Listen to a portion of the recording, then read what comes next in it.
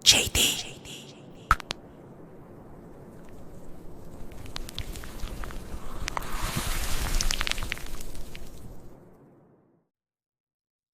Ang kwentong ito ay hango sa totoong buhay. Mula ito sa isa nating kabayan na itago na lamang natin sa pangalang Anton. Walang eksaktong taon. Sipalay, Negros Occidental. Parang araw-araw, may nawawalang bata sa bayan. Tignan mo, Sarge. Kakatapos ko lang proseso yung sumbong ng isang residente. Nawawala daw yung anak niyang babae. 2 araw nang hindi umuuwi. Wika ni Anton. Kapon nga, nakatanggap ako ng ganyang sumbong din eh. At ito pa'y nakakapagtaka. Magkaibang lugar yung pagkawala, pero parehong-pareho yung oras. Parehong oras? Anong oras ba dyan sa report mo? 5:30 ng hapon, Sarge. Bakit ngayon ko lang napansin to? Teka, tignan ko nga sa blatter book. Nagtatrabaho bilang alagad ng batas itong si Anton. Kakadestino pa lamang ng binata sa bayan, kaya medyo nangangapa pa ito. Nakikisama sa mga datihan sa lugar. Ang tanging nakakausap, ang sarhentong si Lito. Silang dalawa ang magkasama sa kasong hinahawakan. Nang mga sandaling yun, talamak ang pagkawala ng mga bata, lalo na ang mga kababaihan. Hindi nila matukoy ang salarin dahil wala itong bakas na iniiwan at wala ring nakakakita ng kanyang ginagawa. Kaya nagmistulang bulag ang kapulisan tungkol sa kaso. Ngunit sadyang mautak itong si Anton, detalyado sa kahit anong bagay. Pinag-aaralan ng binata ang bawat anggulo at ang mga maliliit na detalye na maaaring magturo sa kanya sa kalutasan ng isang kaso. Sarge, mag-ikot muna ako sa bayan ha. Magtatanong-tanong baka sakaling makahanap ng sagot. Sige, basta huwag mong kakalimutan ang radyo mo. Itawag mo kaagad kapag may napansin kang kakaiba. Gaya ng ano, Sarge? Basta kung sa tingin mo may kakaibang nangyayari, sabihan mo ko. Sige Sarge. Alis na muna ako. Nilakad ni Anton mula sa istasyon papunta sa plaza. Nang sa ganun, malibot nito ng maayos ang paligid. Habang nagpapatrolya, nakita nito ang isang matandang lalaki at isang babaeng tinatayang nasa edad 25. Bago sa paningin ni Anton ng dalawa, pero dahil wala namang ginagawang masama, hinayaan lang niya ang mga ito. Nakaupo ang babae habang ang matandang lalaki naman namamalimos. Kaya naisipan ng binatang mag-abot ng kaunting halaga. Tatang, ito po oh. Pagpasensyahan nyo na. Maraming salamat, Iho. Pagpalain ka nawa ng Diyos. Wala pong anuman, tatang. Matanong ko lang po. Bago lang po ba kayo dito? Ngayon ko lang kasi kayo nakita eh. Oo, Iho. Kakababa lang namin ng apo ko galing sa bundok. Hindi naman sana ako mamamalimos kaso ninakaw na mga walang hiyang pitaka ko. Kaya eto, naubos pati mga pambili namin ng pagkain. Naku, ganun po ba? Saan kayo tutuloy niyan? Sanay naman kaming matulog sa gilid ng daan o hindi kaya sa ilalim ng puno. Naku, masyadong delikado para sa inyong manatili sa kalsada ng 10 oras ng gabi. Mas mabuti po siguro, sa presinto na kayo magpalipas. Hindi naman kaya nakakaya sa mga kasama nyo. Ako na po ang bahala. Kakausapin ko na lang si Sargento. Kami naman ang nakatoka ngayong gabi. Maraming salamat. Pero ayokong makaabala sa ibang tao. Huwag mo kaming alalahanin. Kaya naming pangalagaan ang sarili namin. Napansin ni Anton, may nakataling lubid sa kamay ng dalaga, nakakabit sa bewang ng matanda. Kung hindi niyo po mamasamain, may tanong po sana ako. Ano yon? Bakit may nakatali sa kamay ng apo niyo? Ayan ba? Bulag kasi ang apo ko, kaya kailangan nakatali siya sa akin. Nang sa ganon hindi siya mawala sa tuwing maglalakad kami.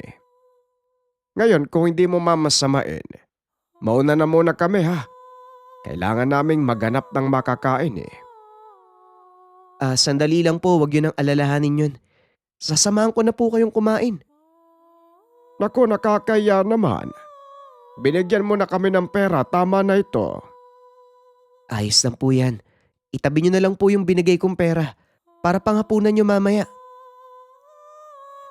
Napapayag nito ang matanda na kumain sa karinderya.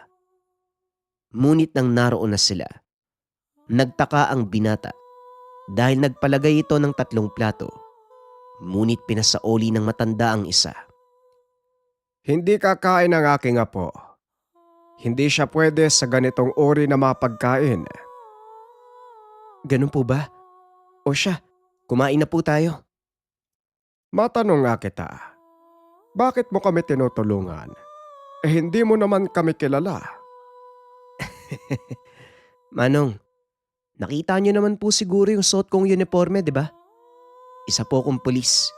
At saka, hindi naman po kailangang kilala ko kayo para tulungan. Sige na po, kumain na po kayo. Pag-uusap ng dalawa. Sa buong panahong magkasama ang tatlo, ni minsan hindi umimik ang dalagang apo ng matanda. May hawak-hawak itong peraso ng kawayan na maya-maya ay kinakagat niya. Bagay na lalong nagpalakas ng kuryosidad ng binata. Ngunit hindi na ito nagtanong pa dahil baka magalit na ang matanda. Matapos kumain nagpasalamat ang matanda. Kagad nang umalis. Bumalik naman si Anton sa presinto at laking gulat nito dahil nagkakagulo ang mga kasamahan. Kanya-kanyang dampot ng baril. Dali-daling lumabas ng opisina. Saan ka ba nanggaling, Anton? Kanina pa ako nagradyo. Hindi mo ba naririnig? Po, wala namang pumapasok na tawag sa akin ah. Teka, Naku naman kaya pala. Nakapatay yung radyo ko, pasensya na Sarge. Hindi ko na malayan. Pasalamat ka ako nakahuli sa'yo. Dalhin mo. Kunin mo ang baril mo at sumunod ka sa akin. Ano po ba nangyayari? Doon ko na sa kotse papaliwanag. Dali-daling kinuha ni Anton ng mahabang baril. Sinunda ng sarhento. Pagdating sa kotse, napag-alaman nilang sinalakay ng mga hindi kilalang tao ang isang baryo sa gawing dulo ng bayan. Medyo liblib na ito, kaya nahirapang pumasok ang mga sasakyan. Nilakad ng kapulisan ng daanan. Sa bungad pa lang, sinalubong na sila ng putukan. Ito ang unang beses na makasama sa totoong engkwentro si Anton, kaya naman medyo kinakabahan ito.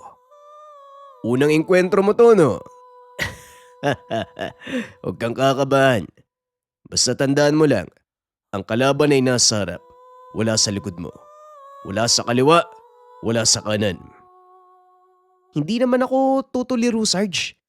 Medyo kinakabahan lang pero kaya to. Isa pa, dumaan naman ako sa pagsasanay kagaya nyo. Laking gulat ni Lito nang biglang pumwesto ang binata sa unahan. Pinagbababaril ang mga kalaban. Nagsipagsunuran naman ang mga kasama. Nang maramdaman ng kalaban ang presensya ng kapulisan, isa-isang umatras sa mga ito. Nang masigurong wala ng kalaban, pinasok nila ang baryo na pag-alamang mga rebelde ang sumalakay. Ngunit ang ipinagtataka ng kapulisan kung paanong nakapasok ang mga rebelde, gayong 3 kampo ng sundalo ang kanilang dadaanan. Bago marating ang bayan, matapos ang engkwentro bumalik sina Anton sa presinto. Ipinagpatuloy ng binata ang pagpapatrolya at paghahanap ng mga ebidensya sa kasong hinahawakan. Muli nitong nakasalubong ang matanda at kanyang apo. Oh, ikaw na naman. Napapansin ko parang sinusundan mo kami iho. Ano bang meron? Po, hindi ko po kayo sinusundan. Nagkataon lang po na dito talaga ang daan. Nagpapatrolya ako eh. Hindi ko nga po alam na dito kayo namamalagi. Ganun ba? Ay nako, akala ko sinusundan mo na ako eh. Pero maiba ko, kawawa yung sinapit ng mga sundalo sa dalawang kampo doon sa labis ano. Bakit tang? Ano po nangyari? Hindi mo ba alam? Hindi ba pulis ka? Dapat alam mo kung anong nangyayari sa mga kasamahan mo. Hindi po lo eh. Pero ano po bang nangyari? Sinugod ng mga aswang ang kampo. Walang natirang buhay. Aswang? Seryoso po ba kay Lolo? Meron bang ganun? At saka kung sakaling totoo man ang sinasabi nyo, paano nyo nalaman? Sa pamamagitan ng apo ko, nakita niya ang lahat na nangyari doon sa dalawang kampo. Nakita ng apo nyo. Hindi ba bulag siya? Si Lolo talaga oh. Sige na po. Mauna na muna ako ha. May mga hinahanap pa kasi. Bahala ka kung ayaw mong maniwala. Hindi maglalaon. Sasalakayin din nila ang bayang ito. Hindi na pinansin ni Anton ang sinabi ng matanda. Dali-dali itong bumalik sa presinto upang mag-ulat. Ngunit habang papasok sa opisina si Lito, narinig nito ang ilang kasamahan nag-uusap tungkol sa nangyaring pagsalakay sa kampo ng mga sundalo. Ayon sa mga kasamahan, walang nakaligtas sa mga sundalong naroon. Ang nagbigay alam sa himpilan ng pulisya, isang magsasaka na napadaan sa lugar. Ayon sa natanggap nilang ulat, nagkalat ang bangkay ng sundalo, ngunit hindi tama ng bala ang pumatay sa mga ito, kundi malalaking sugat sa leeg at tiyan. Wala na ring lamang loob ang ilan. May mga bangkay na wala ng ulo. Isinabit din ng mga kalaban sa mahabang buo ng kawayan ang ulo ng ilan sa mga opisyal. Kaya ang hinala ng mga pulis, rebelde ang sumalakay. Nabanggit din ng isang nakasaksi sa pangyayari na may mga dalang biyag ang sumalakay at karamihan ay mga batang babae. Narinig mo ba yung usap-usapan sa labas, Sarge? Alin? Yung pagsalakay ng kampo ng mga sundalo? Hindi kaya may kaugnayan ng mga sumalakay sa mga naunguha ng mga bata? Paano mo naman nasabi? May mga kasamang batang babae yung sumalakay. Ayon sa nakasaksi ha. Hindi natin pwedeng pagbasihan yung mga sabi-sabi lang, Anton. Oo, sabihin na natin nasaksihan niya ang lahat na nangyari. Pero hindi mo rin maaaring sabihin na totoo nga ang mga binitawan niyang salita. Maliban na lang kung talaga may pruweba. Yun nga mismo ang gusto kong gawin eh. Bakit hindi natin puntahan? Sandali nga, Anton. Ano bang gusto mong patunayan? May nakausap ako matanda, ang sabi niya, aswang daw ang sumalakay sa dalawang kampo. Hindi naman sa naniniwala ako sa sinasabi ng matanda pero hindi na naituloy ng binata ang sasabihin. Biglang napatayo si Lito. Nasaan ang matandang sinasabi mo? May kasama ba siyang dalagang bulag? Opo, Sarge. Bakit? Kilala mo? Bilisan mo. Samahan mo ako sa lugar kung saan mo nakita ang matanda. Pero bakit? Mamaya ko na sasabihin. Halika na. Laking pagtataka ng binata sa biglang pagbabago ng kilos ng sarhento. Nagmamadali itong lumabas ng presinto at sumakay ng kotse. Agad naman itong inawat ng binata dahil napansin niya ang matanda na nakaupo mismo sa harapan ng presinto. Sandali lang, Sarge. Ayun yung hinahanap natin, no? Wika ni Anton sabay turo sa matanda. Napalingon naman si Lito. Agad itong tumakbo patawid sa kalsada. Hindi alintana ang mga nagdadaang sasakyan. Kagad itong hinawakan sa braso ang matanda. Tatangil sa iyo. Nagulat ang matanda. Sa kauna-unahang pagkakataon, nakita ni Lito na ngumiti ang dalaga. Lito, mabaging langit. Tama ang hinala ko. Buhay ka nga. Opo tatang, buhay ako. Salamat sa bertud na binigay niyo sa akin. Nakaligtas ako sa mga sumalakay sa nayon eh. Teka, si Elena po ba ito? Opo, Manong Lito. Ako po to. Kumusta po kayo? Masaya ako malaman na buhay po kayo. Grabe, ang laki mo na. Tara, dun tayo sa bahay. Oy Anton, sumunod ka dito. Kilala mo pala ang batang pulis na yan. Opo, tauhan ko po siya. Bakit po? Binigyan ba kayo ng problema ni Anton? Nako, hindi. Ang totoo, napakabait ng binatang yan. Makailang beses niya kaming pinakain ng pinsan mo. Ah, ganun po ba? Anton, halika nga dito.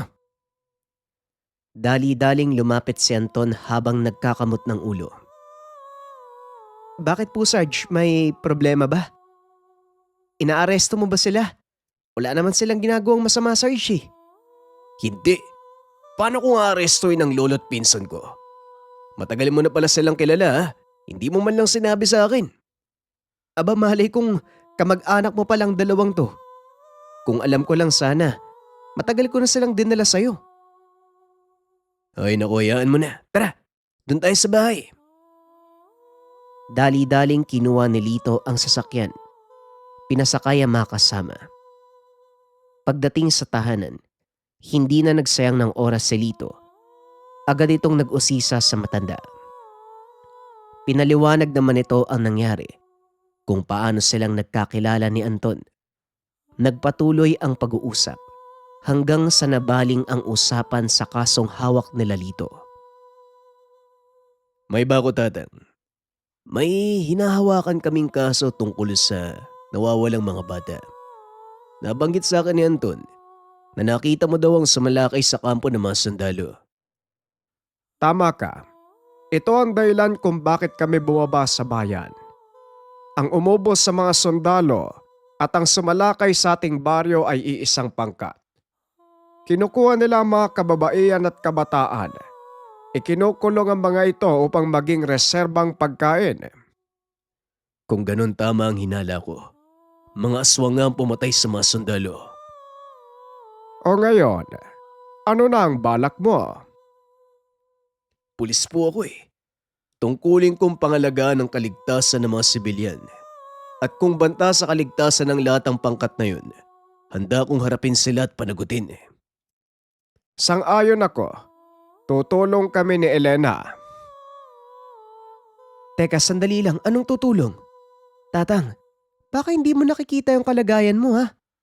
Matanda ka na at yung kasama mo bulag pa. Paano kayo makakalaban yan?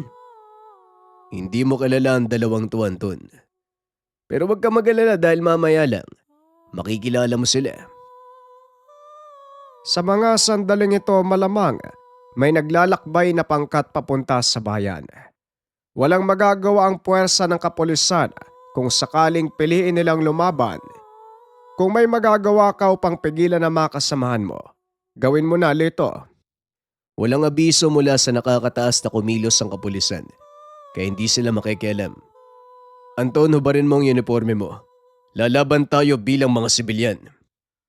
Sige Sarge, walang problema. Tawagin mo kung Lito. Sa pagkakataon lang na ito.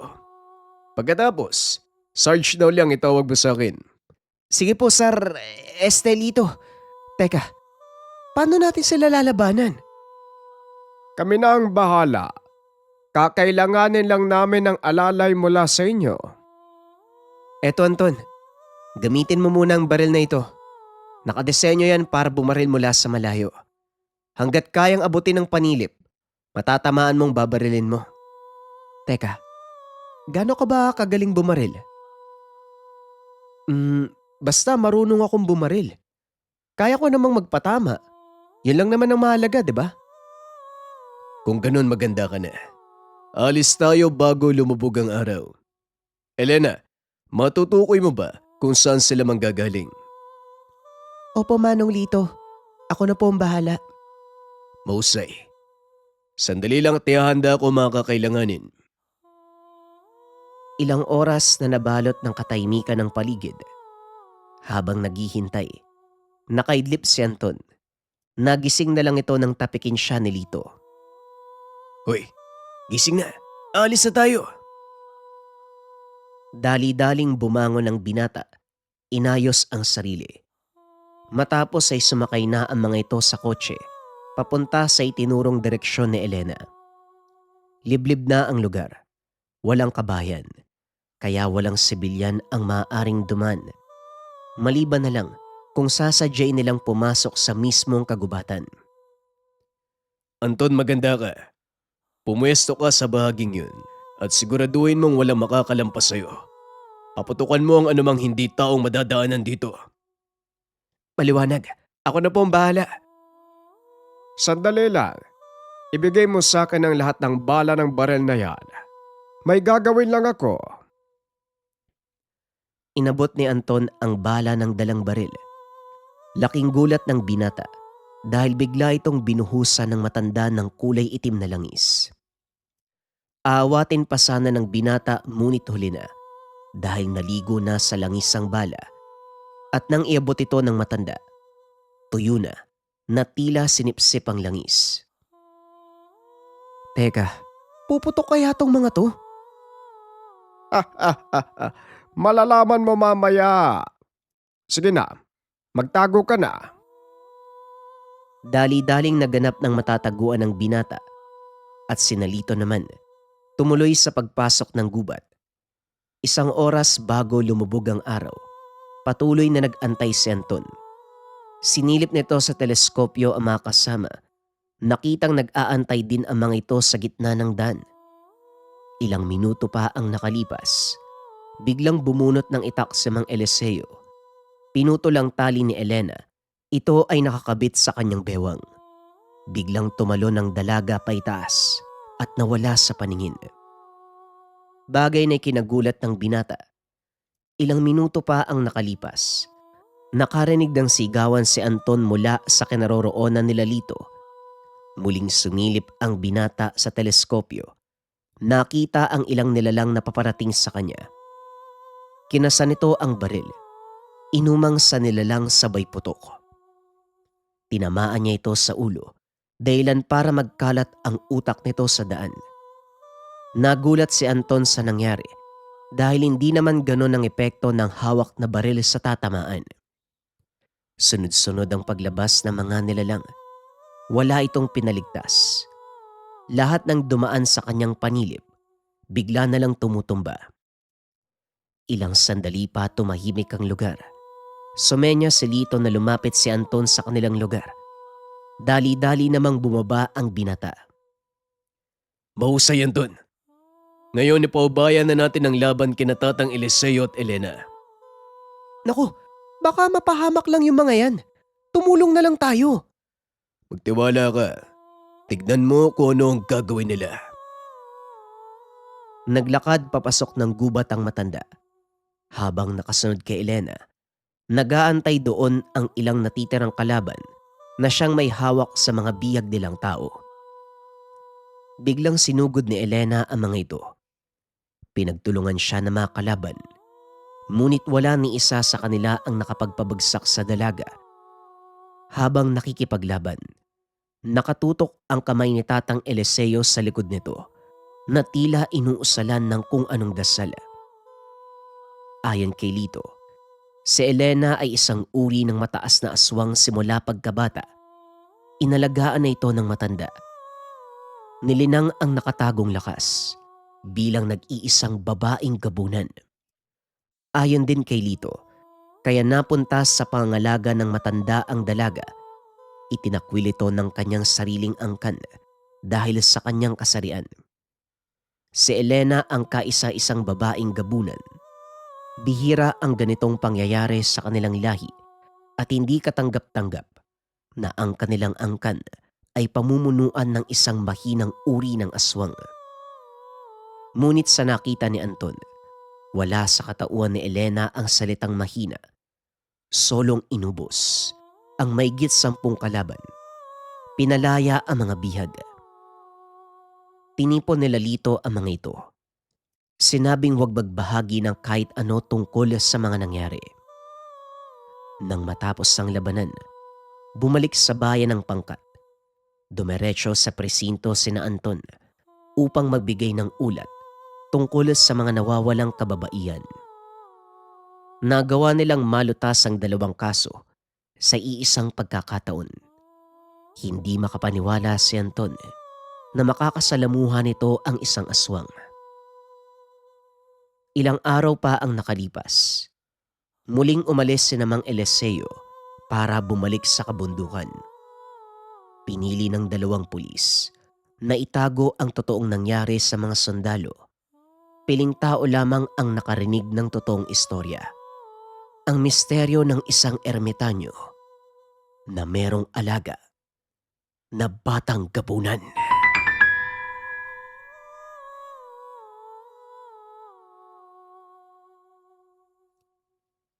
Ang kwentong ito ay hango sa totoong buhay.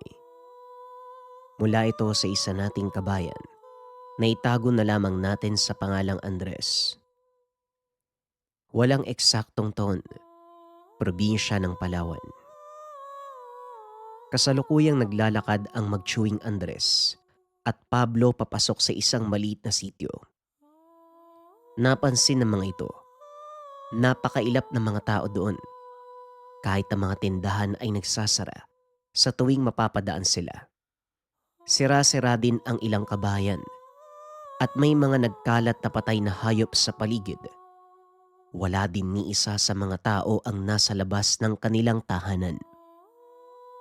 3:00 pa lang ng hapon, pero ang mga tao ay nakakulong na sa loob. Tio Pablo, ano kayang nangyari sa mga taga rito? Bakit parang ang ilap nila? Siguro may nangyaring hindi maganda, kaya natatakot sila sa mga dayo. Tugon ni Pablo. Hindi nakatingin si Andres sa daan, kaya aksidente nitong nabangga ang isang dalagang tumatakbo. Aray, hindi ka naman kasi tumitingin sa dinadaanan mo eh. Naku, pasensya ka na, nasaktan ka ba?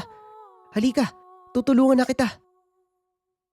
Inabot ni Andres ang palad para tulungang tumayo ang dalaga, pero tinabig niya ito at dali-daling tumakbo palayo. Pasensya na, kailangan ko nang umuwi. Napakamot naman ng ulo si Andres dahil sa naging reaksyon ng dalaga. Bakit kaya nagmamadali yung babaeng yun? Hindi yon ang pinakatanong, Andres. Ano ang nangyayari sa baryong to? Isang bagay lang ang dapat gawin para malaman ko anong nangyayari dito. Manatili tayo ng isang araw. Pwede naman. Pero ang problema, mukhang wala magpapatuloy sa atin dito. Tio Pablo naman no, parang hindi ka sanay matulog sa ilalim ng puno ah. Ayun no, may puno ng mangga. Tara magtayo na lang tayo ng tolda. Mukhang magandang ideya yan. Pero ang tanong, papayag ba ang mga taga dito na manatili tayo? Hindi naman siguro magagalit yung mga tao dito, Tio. Makikitulog ka lang naman sa puno ng manggay. Pag-uusap ng dalawa habang naglalakad papunta sa puno ng mangga. Pagdating, inilapag ni Andres ang kanilang mga gamit. Naglatag ng tolda. Ito ang magsisilbing bubong. Habang naghahanda ng matutulugan, may napadaang matanda. Kinausap ang dalawa. Alam nyo ba kung ano ang panganib na dala ng dilim? Mas mabuti pang umalis na lang kayo sa baryong ito. Kung ayaw nyong sapitin ang napakasakit na kamatayan ng ilan sa mga residente sa lugar na ito. Tumayo si Pablo at lumapit sa matanda upang makipag-usap. Magandang hapon po. Ako po si Pablo. At itong kasama ko naman ay si Andres. Mga manlalakbay po kaming napadaan. Mawalang galang na po tatang pero anong panganib po ba ang tinutukoy nyo? Hindi ako maaaring magsalita dahil maraming tengang nakikinig. Kagaya ng sinabi ko, mas makakabuti kung umalis na lang kayo.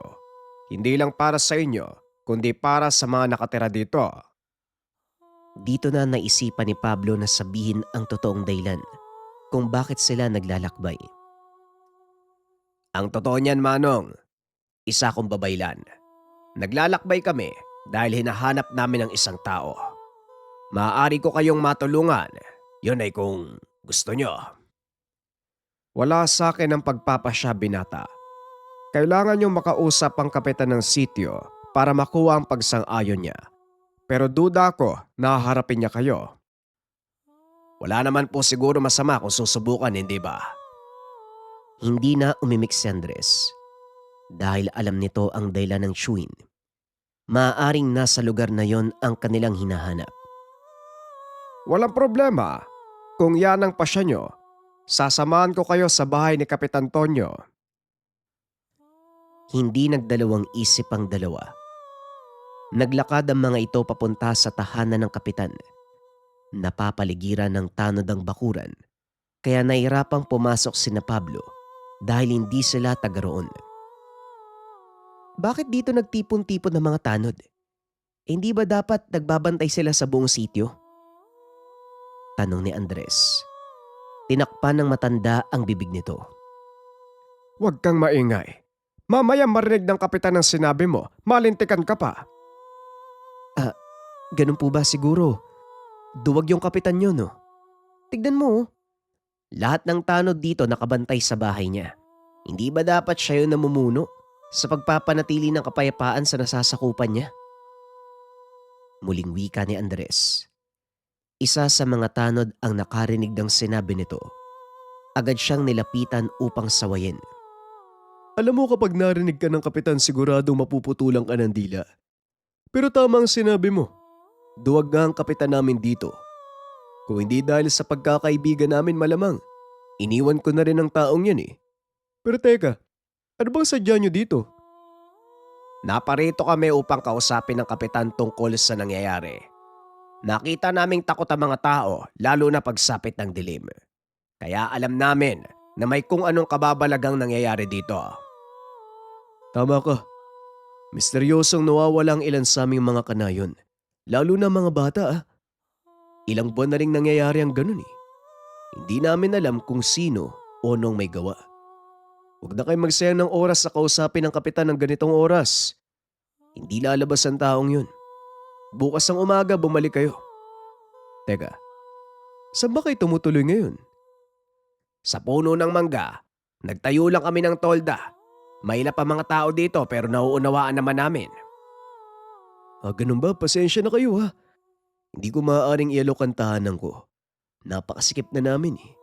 Naroon yung bayo at mga pamangkin ko. Ayos lang po yon. Sanay kaming matulog sa gubat. At isa pa, wala namang makakapanakit sa amin kung sakaling may mga masamang elemento sa paligid. Bakit hindi kayo tumuloy sa aking bahay? Mag-isa lang ako doon. Kahit papano may dingding at bubong kayong masisilungan. Ay nako, hindi na ho. Ayos lang po sa amin ang tolda. Salamat na lang, tatang. Kayo ang bahala. Pero wag niyo akong sisihin pag may nangyaring hindi maganda. Wag po kayo mag-alala. Kami na po ang bahala. Matapos ang pakikipag-usap, bumalik sina Pablo sa tolda. Nagpaningas ng apoy si Andres upang mawala ang lamok at nagpausok din ito ng mga dahong pangontra upang hindi sila lapitan ng masamang elemento. Naiga si Pablo habang si Andres nakaharap pa din sa siga. Nang mapansin ito ang isang figura sa gawing dulo ng daan, nakatitig ito sa kanila na parang nakikiramdam. Alam ni Andres na hindi ito pangkaraniwang tao dahil nagliliwanag ang mga mata sa dilim. Akmang kukumprontay na sana ito ng binata, ngunit biglang tumakbo palayo ang nilalang. Naramdaman din pala ito ng chewin, kaya kaagad inawat ang pamangkin. Hayaan mo siya, Andres. Hindi lalapit ang isang yan. Mamamatay muna siya bago makalampas sa mga depensa na nakalagay sa palibot ng puno. Sinunod naman ito ng binata. Muli itong bumalik sa pagkakaupo. Ilang minuto ay umalis na rin ang nilalang. Kinabukasan maagang nagising ang dalawa dahil sa dami ng taong nakapalibot sa kanilang tolda. Pupungas-pungas pang lumabas si Andres nang makita ang dalagang nakabanggaan nung isang araw. Pasensya na sa abala, pero pinapasundo ko ni Tatang Javier. Akala ko naman mag-isa lang yung taong yun sa bahay niya. Kaano-ano mo yung matandang yun? At saka, anong ginagawa ng mga tao dito? Chewing ko si Tatang Javier. Nakakatandang kapatid ng nanay ko.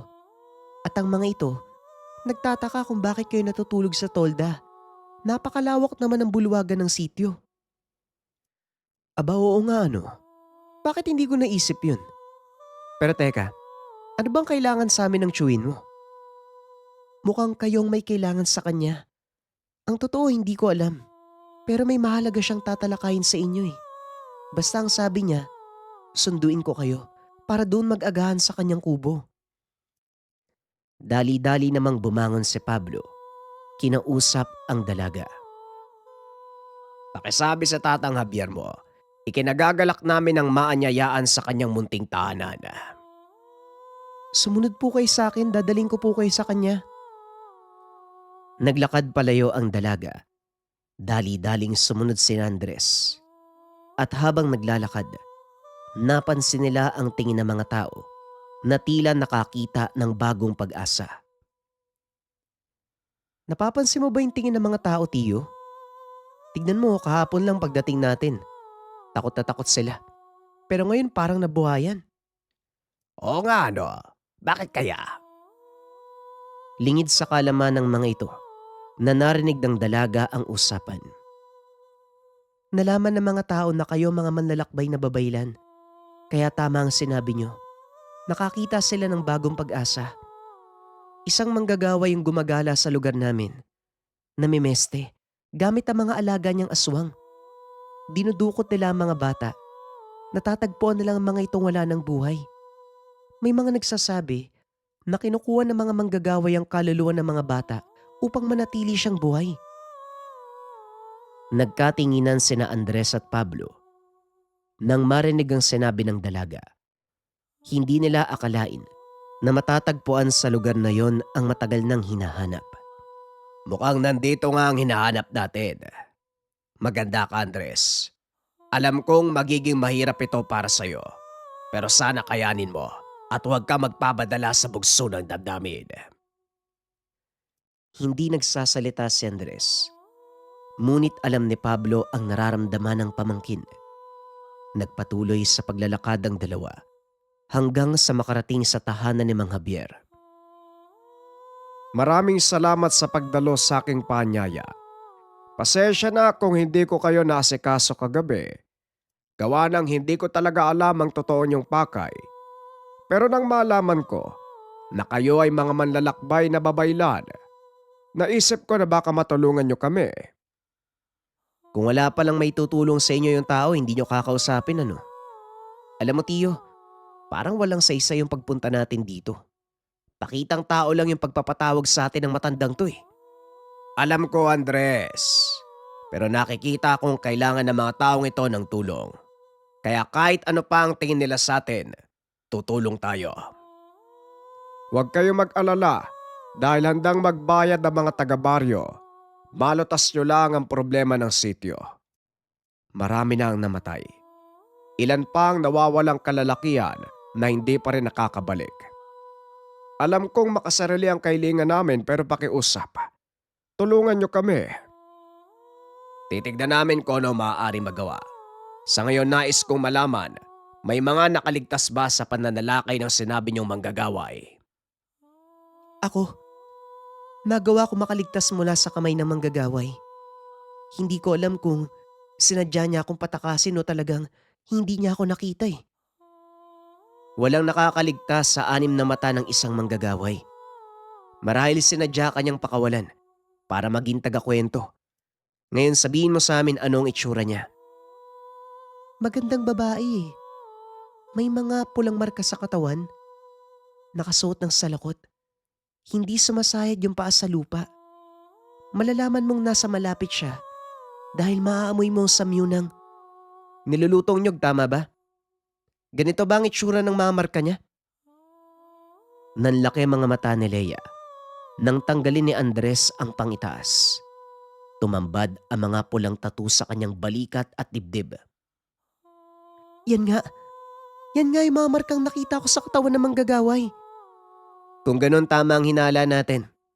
Nandito nga siya, Tio Pablo. Sabihin mo sa amin, saan niya dinala mga dinukot na bata? Hindi ko po alam, Manong eh. Wala akong lakas ng loob para sundan siya eh. Mukhang mahihirapan tayo dito, Andres. Tuso ang iyong ang manggagaway na yon. At siguradong sa mga sandaling to, alam niya na nandito na tayo.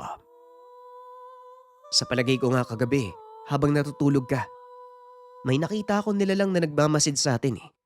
Sa palagay ko, alaga niyang isang yun. Kung kakailanganin niyo ng tulong, kagaya ng mga sandata, kaya naming magkaloob. Ngunit pasensya na dahil hindi kami makikipaglaban. Masyadong misteryoso ang nilalang na yon para sa amin. Natatakot ang mga tao. Tapos, pinamumunuan pa kayo ng makasarili, duwag na kapitan. Imbis na pagronday niya yung mga tanod sa buong baryo, ayun oh, nagkukumpulan sa bahay niya. Lingid sa kalaman nito, paparating ang kapitan. Narinig ang lahat ng sinabi niya. Ano? Sinong sinabi mong duwag? Napalingon si Andres. Nakita ang isang matabang lalaki na nagpupumilit pumasok sa pintuan. Ikaw ba yung kapitan? Mukhang nasobrahan ka sa biyaya ah. Tignan mo, hindi ka kasya sa pinto. Aba, wala ka talagang galang ah. Mga tanod, arestuin yung binatang yan. Dalhin sa opisina. Sige, subukan natin. Lumapit ang gustong maunang sumama kay kamatayan. Wika ni Andres habang binubunot ang dalawang itak sa likuran. Agad namang inawat ni Pablo ang pamangkin dahil alam niya mauubos ang mga tanod ng kapitan. Kumalma ka, Andres. Hindi sila ang kalaban at kayo naman. Mas makakabuting huwag kayong magtangkang lumaban. Hindi magiging maganda ang kahihinatnan nyo. Sigurado yan. Mas lalo ko naiintriga. Gusto ko subukan ang sinasabi mo, mga tanod. Sugurin sila. Dali-daling tumalon palabas ng bintana si Andres. Dahil alam nito, madadamay ang mga nasa loob ng tahanan. Sinundan naman ito ng mga tanod sa pangunguna ni Densyo. Pasensya na bata. Napagutusan lang. Huwag kang humingi ng pasensya, Manong, at pakiusap. Huwag kang magpipigil kung gusto mo pang mabuhay. Mayabang ka rin para sa isang bubuit na. Wika ni Densyo. Matapos ay sinugod nito ang binata. Ngunit laking gulat ng Ginoo dahil bigla itong nawala sa kinakatayuan. Isang malakas na ampas sa batok ang natanggap, dahilan para mawala ng malay. Sino pa ang susunod? Ano, magtitingin na lang ba tayo? Wika ni Andres. Nagatrasan ang mga tanod matapos makita ang nangyari sa pinakamalaki nilang kasapi. Sa pagkakataong yun, naglabas ng baril ang kapitan. Walang pagdadalawang isip na pinaputukan si Andres. Walang sino man ang mas mabilis kaysa sa bala. Ano ka ngayon? Nasaan ang Teka, nasaan yun? Laking pagtataka nito dahil wala si Andres sa kinakatayuan. Tinamaan kayong lintik na yun ah. Saan kaya napunta? Paykay kang naglakad ang kapitan dahil sa katabaan. Panay pa ang batak nito sa kanyang pantalon na halos pumutok na sa sobrang katabaan. Patuloy ito sa paghahanap nang biglang lumitaw si Andres sa kanyang harapan. Natumba ang kapitan at dahil sa laki ng tiyan, hindi niya magawang tumayo. Kahit ilang kalalakian, hindi siya kinayang alalayan. Huwag mo nang subukan tumayo. Diyan ka na mamamatay. Total, wala ka namang silbi. Buwaya ka lang na patabain ng taong bayan. Wika ni Andres. Matapos ay tumalikod na ito at naglakad palabas ng bakura ni Mang Javier. Dali-dali namang sumunod si Pablo upang kausapin ang binata. O ano? Nailabas mo na ba ang init ng ulo mo? Opo, tiyo.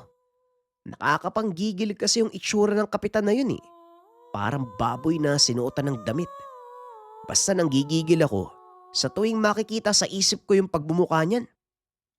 Hayaan mo na. Hindi naman sila ang sadya natin dito eh.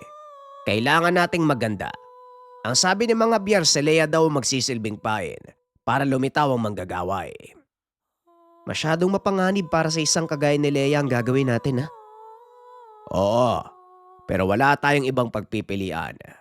Ito lang ang tanging paraan para mapalitaw ang kalaban, Andres. Kailangan lang nating maging maingat. Buong maghapong nag-antay ang dalawa. Hanggang sa sumapit ang takip silim. Isa-isang nagsipagsara ang pintuan. Ngunit sa pagkakataong yun, hindi na sila takot. May ilang nakasilip sa bintana at nanonood sa gagawin ng magtsuhin. Tahimik na nakaupo si Andres sa likod ng malaking puno ng mangga. Samantalang si Lea naman, nakaupo sa gitna ng kalsada. Nasa paligid lang din si Pablo, nag-aantay ng tamang pagkakataon. Ilang minuto pa ang nakalipas. Biglang nabalot ng hamog ang paligid. Nakaramdam ng napakabigat na enerhiya si Andres. Mula sa itaas, narinig nito ang pagaspas ng malalaking pakpak. Hinawakan ng binata ang kanyang mga itak. Huminga ng malalim. Inintay nito ang pagsalakay ng mga kalaban. Ilang minuto nakalipas, isang nilalang ang bumulusok paibaba, papunta sa kinaroroonan ng dalaga. Dali-daling lumabas si Andres at tumakbo papunta kay Lea. Sinalubong ang matatalas na kuko ng wakwak na noon ay nagbabadyang dagitin ang kanilang pain. Ginamit nito ang dalawang binasbasang itak upang ipanangga sa kuko ng kalaban. Nagawa niyang itulak palayo ang nilalang. Matapos ay binato nito ang isa sa kanyang mga itak papunta sa kalaban. Tumarak ito sa dibdib ng wakwak. At gamit ang taling nakakabit sa hawakan, ibinalibag ng binata ang nilalang. Umalis ka na dito. Paparating na ang malaking panganib. Dali-daling tumakbo ang dalaga papunta sa kinaroroonan ni Pablo. Ito ang hudyat para sa kanya. Napaparating na ang mga kalaban. Eto na sila, Andres. Maganda ka na. Tumayo si Pablo. Nagsimulang mag-usal ng mga inkantasyon upang mawala ng pandama ang mga wakwak. Nawala ang mga ito sa direksyon. May ilang bumulusok sa lupa at ang ilan naman ay nagkabanggaan sa ere. Matapos nun, ipinamalas ni Pablo ang kakaibang kakayahan. Ito ang kakayahan na sunugin ang anumang bagay sa pamamagitan ng orasyon. Isa-isang natupok ang katawan ng mga wakwak hanggang sa wala ng matera. Inakala nilang tapos na ang laban, ngunit ilang minuto lang ang nakalipas. Nagpakita ang totoo nilang kaaway. Matagal din tayong hindi nagkita, kapatid ko. Masasabi kong lumakas ka na ng husto. Manang Luna, tama ang hinala ko. Ikaw nga may gawa nito. Pakiusap, tumigil ka na. At bakit naman ako titigil? Para saan ka natin ang ginagawa ko? Kailangan nating maging malakas nang sa ganon manatiling buhay ang ating hanggan. Hindi mo kailangan gawin to, Manang. Hindi ka ba naaawa sa anak mo? Siya mismo ang dahilan kung bakit kailangan kong maging malakas. Kaya pakiusap, huwag kang hahadlang, Pablo. Ayokong kalabanin ka. Habang nag-uusap ang dalawa, biglang lumipad papunta sa kalaban ang isa sa mga itak ni Andres. Ngunit nagawa itong sanggain ni Luna. Hindi ako magdadalawang isip na harapin ka, ina. Matigil lang ang kaibangan mo. Ang alibugha kong anak. Talaga bang kakalabanin mo ang iyong pinakamamahal na ina? Nang walang pagdadalawang isip. Marami nang napahamak dahil sa kaibangan mo. Masyado ka nabulag ng kapangyarihan. Isa kang butihing babaylan eh. Pero ipinagpalit mo ang lahat para lang sa ganitong pagkakataon. Hindi mo ko naiintindihan. Buong buhay ko wala kong hinangad kung hindi ang kabutihan ng aking angkan. Para sa iyo ang lahat ng ginagawa ko. Pundasyon ng iyong pagkatao, Andres. Kung ito lang din naman ang magiging pundasyon ng aking pagkatao, mas mabuti pang gumapang na lang ako habang buhay na maging lagalag. Kaagad sinugod ang ina. Mas mataas ang kaalaman nito, kaya madali lang para sa kanyang iwasan ang pisikal na atake.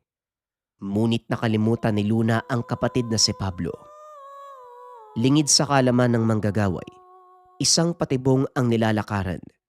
Nagawa nitong makapasok sa selyong ginawa ni Pablo. Ito ang magkukulong sa kanyang kapangyarihan sa habang panahon. Ayokong gawin ang bagay na ito, Manang Luna. Pero pinipilit mo ko. Ito lang ang paraang alam ko para matigil na ang kaibangan mo. Masyado ka ng maraming naperwisyo. Ipinaglapat ni Pablo ang dalawang palad upang paganahin ang selyo. Biglang napalood si Luna na tila may kung anong nakagapos sa mga kamay.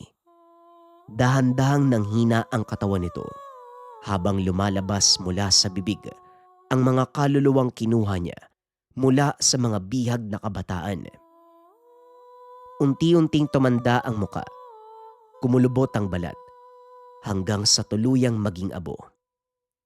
Alam ni Andres na matagal nang patay ang kanyang ina at ang tanging pangarap nito ay maging malakas sa babaylan. Ngunit sa kasamaang palad naligaw ang kaluluwa, naging isang lagalag na manggagaway. Nagawang iligtas nila Pablo ang baryo. Bagaman masakit para kay Andres ang nangyari, ito lamang ang tanging paraan upang matapos na ang kaguluhan. Ipinagpatuloy na magtsuy ng paglalakbay. Habang papalayo sila, lumingon si Andres sa baryong minsang pinagharian ng takot. Nakita niya ang mga batang naglalaro at ang mga taong muling nagtutulungan sa pagsasaayos ng kanilang tahanan. Sa loob ng maraming taon, hindi na muling dinalaw ng mga aswang ang sityo. Ngunit kailanman, hindi nakalimutan ng mga taga roon ang gabi na hinarap ng isang binatang babaylan ang sarili niyang ina, hindi upang magiganti, kundi upang wakasan ang kasamaan at palayain ang kaluluwa nito na matagal nang naligaw. Mula noon, ang kwento ni Luna ipinasa sa bawat saling lahi bilang isang babala. Ang kapangyarihang nagmumula sa pagmamahal ay maaaring maging liwanag. Ngunit kapag ito ay hinaluan ng takot, kasakiman at pagdanasa sa buhay na walang hanggan, ito ay maaaring maging dilim na maaaring lamunin ang takot ng lahat ng tao, na maaaring lamunin maging ang sarili mong kaluluwa. Ito ang kwento ng isang butihing babaylan na naging lagalag na manggagaway.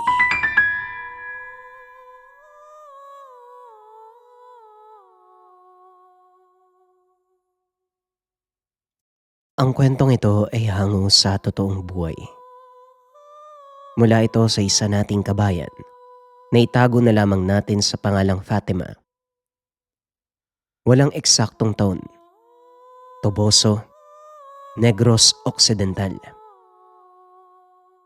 Tahimik ang buong baryo sa bayan ng Toboso. Ngunit sa likod ng payapang anyo nito, may isang lihim na unti-unting nagpapabalot ng takot sa mga residente. Bagamat maganda ang tanawin dahil sa mga nagtataasang puno at luntiang paligid, may kakaibang pangamba na bumabalot sa puso ng mga tao. Kamakailan lamang, naging laman ng mga bulong-bulungan ang biglaang pagkawala ng mga batang nasa edad 7 hanggang sa 12. Sa labas ng isang maliit na tindahan, nagtitipon ang ilang mga residente. Lahat sila ay nag-uusap-usap. Nabalitaan niyo ba yung anak ni Marites sa kabilang nayon? Hanggang ngayon hindi pa rin mahanap. Oo, narinig ko, sabi ng mga pulis. Baka daw may mga estrangerong umiikot dito sa Toboso. Sinasabing may itim daw na van na nagmamanman. Ay nako, mas malala ang narinig ko. Ang sabi kapag nakuha daw ang mga bata pinapatay. Binibenta yung mga lamang loob. Sa hindi kalayuan nakaupo ang isang binatang nagngangalang Lester.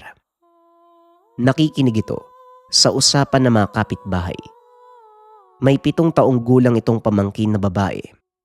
Ang anak ng kanyang ate Fatima. Si Bebe. Isang napakatahimik na bata. Mahiyain at wala masyadong kaibigan sa paaralan o sa kanilang paligid. Madalas, sa tabi ng ina naglalagi. Pumasok si Lester sa loob ng bahay. Nakita ang ate Fatima na nagluluto. Si Bebe naman ay nakaupo sa sulok. Tahimik na naglalaro ng lumang manika. Ate, narinig mo na ba yung usapan sa labas? Tungkol sa mga nawawalang bata. Natatakot ako para kay Bebe. Napahinto si Fatima sa paghiwa ng mga rekado. Tumingin ito sa anak na si Bebe. Pagkatapos ay nagbuntong hininga. Narinig ko nga eh. Kaya hindi ko hinahayaang maglaro si Bebe ng mag-isa eh. Pero hindi ako naniniwala sa kwento tungkol sa bintahan ng lamang loob ah. Anong ibig mong sabihin natin? Lumapit si Fatima kay Lester at bumulong. May mas malalim eh. Mas madilim na dahilan. Hindi to gawa ng mga ordinaryong kriminal. Anong ibig mong sabihin? Hindi ko alam kung paanong ipapaliwanag. Pero may mga bagay na hindi kayang gawin ng karaniwang tao. May nararamdaman akong kakaiba eh sa pagkawala ng mga bata eh. Ate, baka naman dala lang yan ng takot. Sana nga, Lester. Sana nga. Nalibang ang lahat sa kanika nilang gawain nang mapansin ni Fatima na kulang ang mga sangkap para sa hapunan.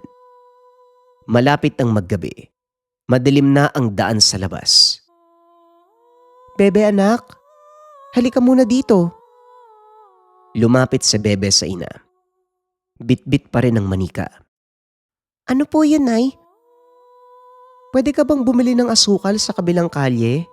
Doon sa tindahan ni Aling Nena ha? Kulang kasi yung gagamitin ko para sa ulam natin eh. Bilisan mo lang anak. Ate, gabi na. Huwag mo nang utusan yung bata. Sandali lang naman Lester, saka malapit lang yung tindahan ni Aling Nena. Tatawid lang yan sa kabila oh. Para masanay si Bebe na lumabas at hindi maging mahiyain. Sige na Bebe. Lumabas si Bebe sa pintuan. Pinanood niya si Fatima hanggang sa makalabas ng bakuran. Subalit pagkaalis ng bata, biglang umihip ang isang napakalakas at malamig na hangin na nagpabagsak sa nakasabit nilang kalendaryo. Kinabahan si Fatima, ngunit pinalipas lang ang takot sa dibdib. Lumipas ang ilang minuto hanggang sa umabot ang kalahating oras. Hindi pa rin bumabalik si Bebe. Nagsimula na mag-alala si Fatima. Lumabas siya ng bahay at tinawag si Lester. Lester, samahan mo nga ako. Bakit wala pa si Bebe? Ang tagal naman nun hindi pa bumabalik. Sabi ko na nga ba eh. Halika ate, puntahan natin. Naglakad ng mabilis ang magkapatid patungo sa tindahan ni Aling Nena sa kabilang kalye. Pagdating doon, nakita nila si Aling Nena na naglilinis ng estante. Aling Nena, nakita niyo po ba si Bebe? Inutusan ko siyang bumili dito eh. Napakunot ang noo ni Aling Nena. Si Bebe. Ay nako Fatima. Kanina pa ako dito pero wala naman siya. Parang gumuho ang mundo ni Fatima nang marinig ang sinabi ng matanda. Ano po? Hindi siya nakarating dito? Hindi Fatima, sigurado ko. Kilala ko ang anak mo. Walang pumuntang Bebe dito. Naiyak na si Fatima sa takot. Hinawakan siya sa balikat ni Lester upang pakalmahin. Ate, magtanong-tanong tayo sa mga kapitbahay. Baka merong nakakita sa kanya. Lahat ay ginawa nila upang mahanap ang bata. Dumating na rin ang tatay ni Bebe na si Mang Mario mula sa trabaho sa bukid. Kaagad nakiisa sa paghahanap. Nagpatulong sila sa mga tanod. Nag-ikot sa buong Toboso. Nagtanong sa bawat taong masasalubong. Nakita niyo ba ang anak ko? Babae, maliit lang, mahiyain, may dalang manika. Ako, pasensya na po, Manong Mario. Hindi ko po nakita eh. Gabi-gabi. Walang tulog si Fatima. Umiiyak habang hawak ang una ng anak. Saan ka ba nagpunta, bebe? Kasalanan ko to, sana hindi na kita inutusan eh. Huwag mong sisihin ang sarili mo, Fatima. Hahanapin natin ang anak natin. May masama akong kutob, Mario. Pakiramdam ko hindi ordinaryong tao yung may gawa nito eh. Alam ko, sa kaibuturan ng puso ko. Yung mga taong nagtatrabaho sa dilim, yan yung may pakana nito eh. Yung kulto. Ate, uminahon ka muna. Kung totoo man ang sinasabi mo, paano natin sila lalabanan? Hindi natin alam kung nasaan ang kuta nila. Hindi ako papayag na mapahamak ang anak ko. Kung kailangan kong kausapin ang mga nilalang na yan, hindi ako magdadalawang isip, gagawin ko yan. Ilang araw ang lumipas. Ngunit bigo pa rin ang pamilya. Walang anumang bakas ni Bebe. Walang nakakita. Walang nakarinig. Parang bula na naglaho ang bata sa gitna ng kalsada. Ilang araw bago sumapit ang ikapitong karawan ni Bebe, lumapit si Lester sa isang matandang kaibigan na nakatira sa pinakamalayong bahagi ng bundok sa Toboso. Ang matandang ito, kilala bilang isang mahusay na albularyo, si Mang Simon. Sinasabing nakakakita si Casimon ng mga bagay na hindi nakikita ng ordinaryong tao. Dinala ni Lester sina Fatima at Mario sa kubo ni Casimon. Tulungan niyo po kami, Mang Simon. Yung anak kong si Bebe, ilang araw nang nawawala eh. Malapit na ang kaarawan niya. Baka kung anong gawin sa kanya eh. Tumingin ng malalim si Casimon sa isang mangkok ng tubig na may nakalutang na kandila. Nag-usal ito ng mga sinaunang dasal habang pinapanood ang usok ng kandila. Biglang nag-iba ang mukha ng albularyo. Bakas dito ang matinding sindak. Ang anak niyo. Buhay pa siya. Maraming salamat. Saan po siya mahanap, Mang Simon? Saan namin pwedeng puntahan? Napapikit si Casimon. Muling tumingin sa mangkok ng tubig. Hindi ko pa makita ng malinaw. Para bang may makapal na usok na umaharang sa aking paningin. Biglang kumislap ang apoy ng kandila. May nakikita akong kagubatan. Napakaraming puno at isang lumang estruktura. Yung po ba yung lugar kung nasaan si Bebe? Hindi ko masabi. Parang may puwersang nagtatago sa lugar na yon. Ano po ang ibig niyong sabihin? May mga taong ayaw na matagpuan ng bata. At pakiramdam ko, hindi sila ordinaryong tao. Tumayo si Casimon. Huminga ng malalim.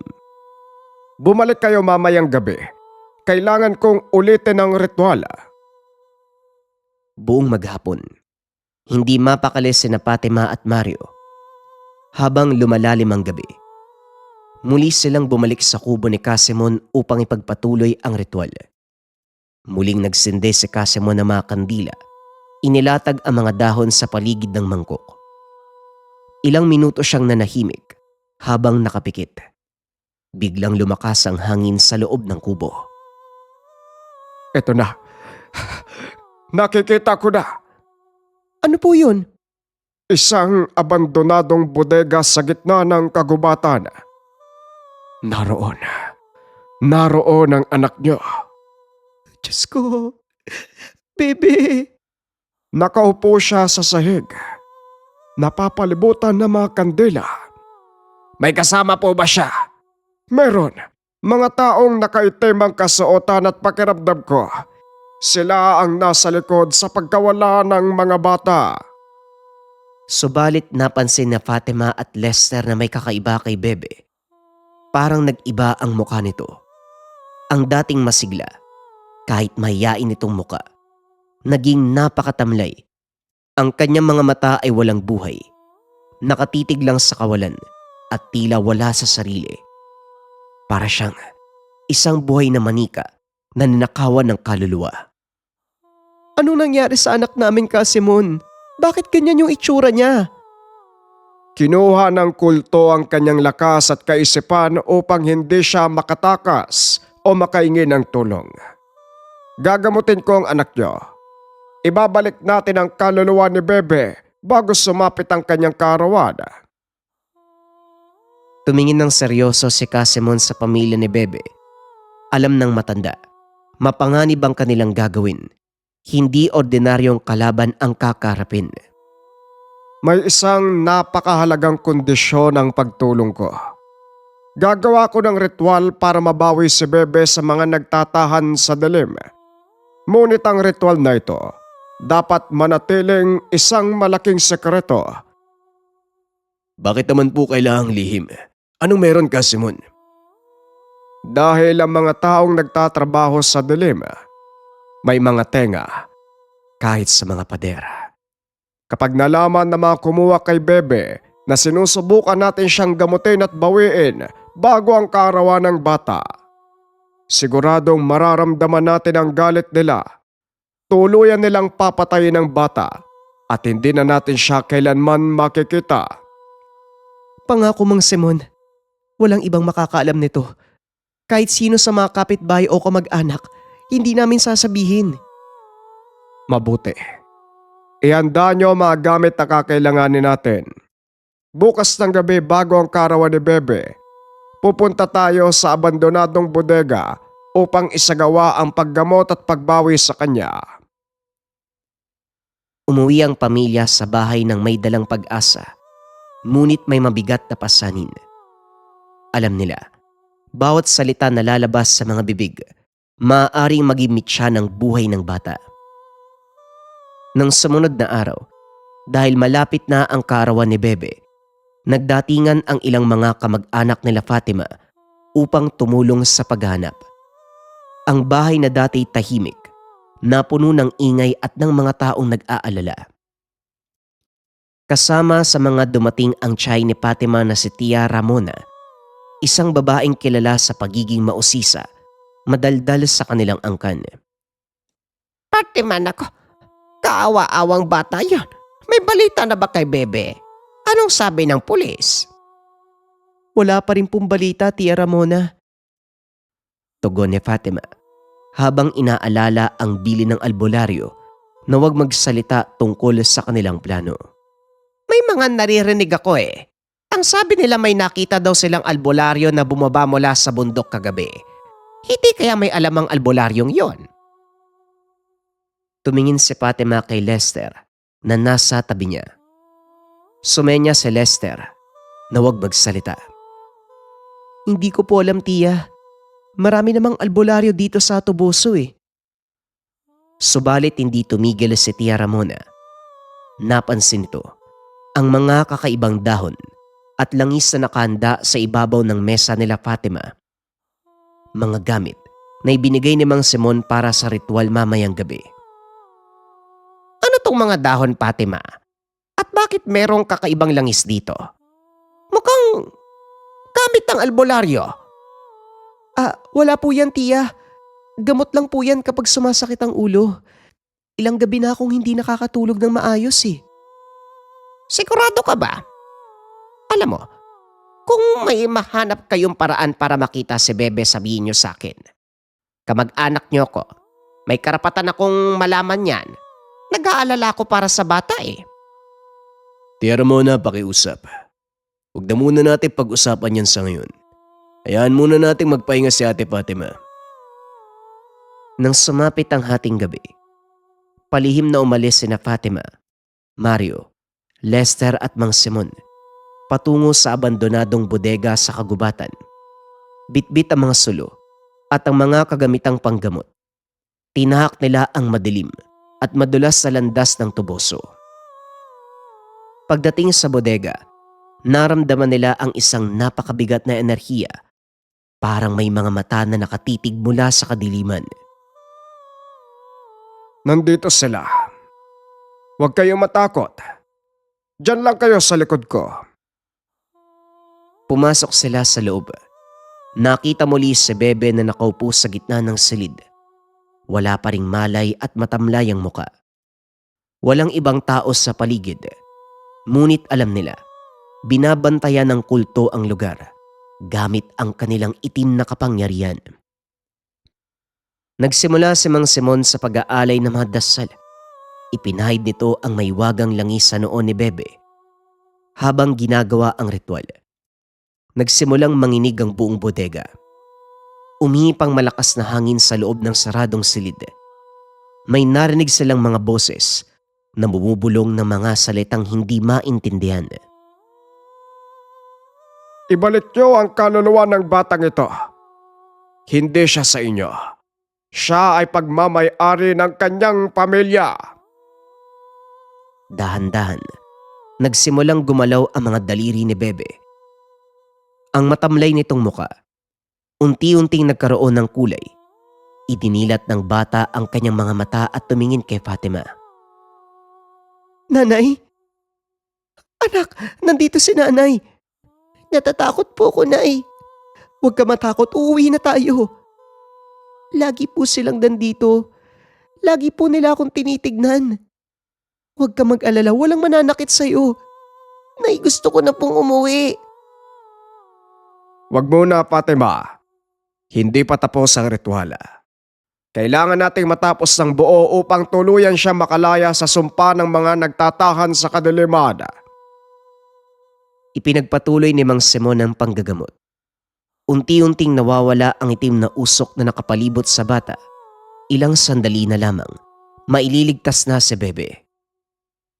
Habang nagaganap ang ritual sa bodega, naiwan sa bahay nila Fatima ang ilang mga kamag-anak kabilang na si Aling Ramona. Hindi mapakali si Aling Ramona. Alam nito, may tinatago ang magkapatid sa kanya. Habang naglalakad sa labas ng bahay, nakita niya ang isa sa mga barangay tanod na nagpapatrolya. Dahil sa matinding kuryosidad, hindi napigil ang bibig. Lumapit si Tia Ramona. Hoy! Tanod! Bakit po, Aling Ramona? Alam niyo ba kung nasan sina Fatima at Lester ngayon? Bigla silang umalis kasama ang matandang albularyo. Albularyo? Hindi ko po alam eh. Pero bakit po sila may kasamang albularyo? Dahil sa kagustuhang magbida, tuluyang sinabi ni Aling Ramona ang hinala. Sa tingin ko, nahanap na nila kung nasaan si Bebe. Sinabi kasi sa akin ni Fatima na gagamutin at babawiin nila si Bebe ngayon gamit ang sikretong ritual ng albularyo pag sumapit ang kaarawan ng bata. Tama, yun nga ang sinabi niya. Siguradong nahanap na nila ang kuta na mga kumukuha.